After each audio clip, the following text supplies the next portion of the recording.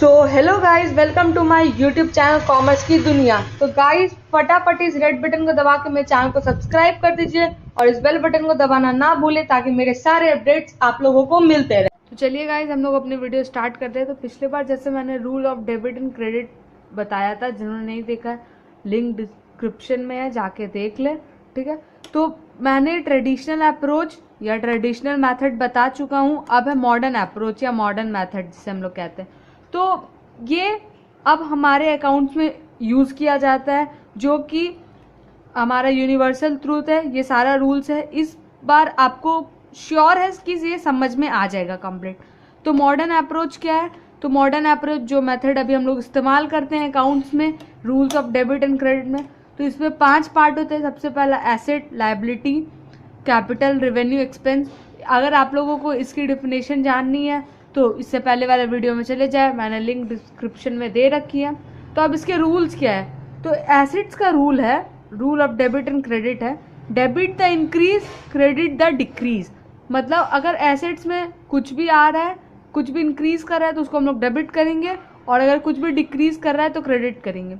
Liability में अगर कुछ भी debit the decrease, credit the increase. अगर कुछ भी इंक्रीज कर रहा है तो उसको क्रेडिट करेंगे, और कुछ भी डिक्रीज कर रहा है तो उसको डेबिट करेंगे। और कैपिटल और रिवेन्यू, कैपिटल और रिवेन्यू में भी सेम लायबिलिटी का रूल चलता है।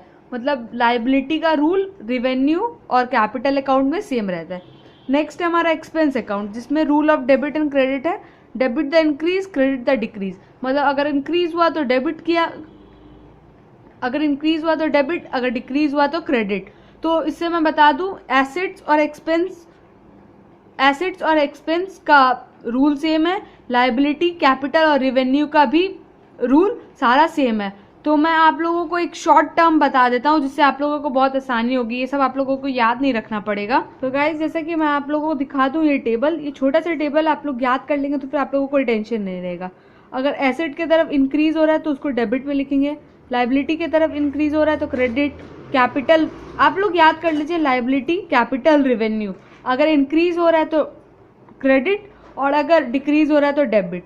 और एसेट और एक्सपेंस में अगर इंक्रीज हो रहा है तो डेबिट साइड, और डिक्रीज हो रहा है तो क्रेडिट।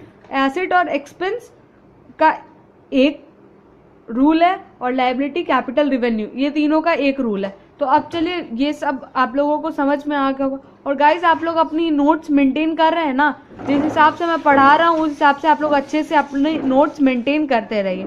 तो अब चलिए, मैं एग्जाम्पल से भी आप लोगों को समझा देता हूँ। अब मुझे लगता है आप लोगों को ये एग्जाम्पल से बिल्कुल कंफर्म समझ में आ जाएगा। तो आप लोग सबसे पहले इस टेबल को नोट कर लीजिए और इसे दिमाग में आप लोग बैठा लीजिए, ठीक है। चलिए हम लोग एक एग्जाम्पल सॉल्व करते हैं। अब देखिए, सबसे पहले कैश पेड, ये नेम ऑफ अकाउंट्स है, और ये इंक्रीज डिक्रीज मतलब किस साइड लिखाएगा, डेबिट साइड या क्रेडिट साइड लिखाएगा। कैश पेड, हमने कैश पे कर दिया। कैश हमारा क्या है? एसेट है। एसेट का रूल क्या था? अगर इंक्रीज हो तो डेबिट, डिक्रीज हो तो क्रेडिट। अब हम लोग का कैश पेड हो रहा है, कैश घट रहा है, तो यानी कि यहाँ लिखाएगा क्रेडिट। उसी टाइप का लोन पेड, लोन हमारा लायबिलिटी है और वो हमने पे कर दिया। अगर लोन इंक्रीज होता है, लायबिलिटी इंक्रीज होता है तो क्रेडिट, डिक्रीज होता है डेबिट। तो अब डिक्रीज हो रहा है तो डेबिट लिखाएगा। टेकन लोन फ्रॉम रोहन, हमारा लायबिलिटी बढ़ रहा है कि घट रहा है? हमारा लायबिलिटी बढ़ रहा है, और जब लायबिलिटी इंक्रीज करता है तो हम लोग लिखते हैं क्रेडिट, ठीक है। अब पेड रेंट, रेंट हमने पे कर दिया। रेंट हमारा एक तरह का एक्सपेंस है, खर्च है। तो जब हम लोग का एक्सपेंस घटता है तो हम लोग क्या लिखते हैं? क्रेडिट लिखते हैं। अब कैपिटल इंट्रोड्यूस हो रहा है, न्यू कैपिटल आ रहा है हमारे बिजनेस में, तो अब आप लोग सोचिए क्या होगा? इंक्रीज कर रहा है कैपिटल तो क्या होगा? क्रेडिट होगा।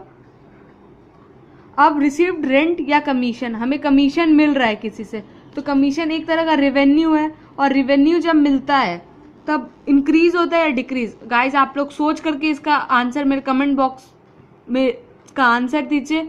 तब तक के लिए गाइस बाय बाय, ठीक है। और अब हमारा rules of debit and credit भी ख़त्म होता है आज। अब हम लोग इसके बाद बनाना सीखेंगे कि कैसे डेबिट और क्रेडिट का यूज़ कहाँ करते हैं। आप जनरल एंट्री बनाना सीखेंगे, टी शेप बनाना सीखेंगे, ठीक है। अब नेक्स्ट वीडियो में मैं आप लोगों को टी शेप अकाउंटिंग बनाना सिखाऊंगा, ठीक है। ये नेक्स्ट वीडियो में बात करूंगा, तो ठीक है। सो थैंक यू गाइज, और इसका आंसर होगा आपका क्रेडिट, ठीक है। Bye bye guys, thanks for watching guys, bye bye.